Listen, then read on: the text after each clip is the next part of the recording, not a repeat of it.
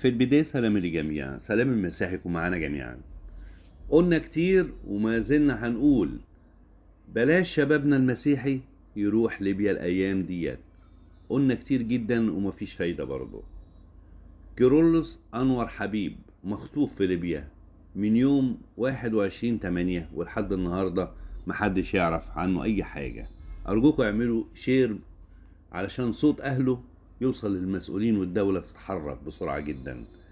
اسمه كيرلس أنور حبيب فريد، عنوانه في ليبيا مصراتة، شارع سعدون بجوار مقهى الشهيد ميلاد، متغيب من يوم 21/8/2023.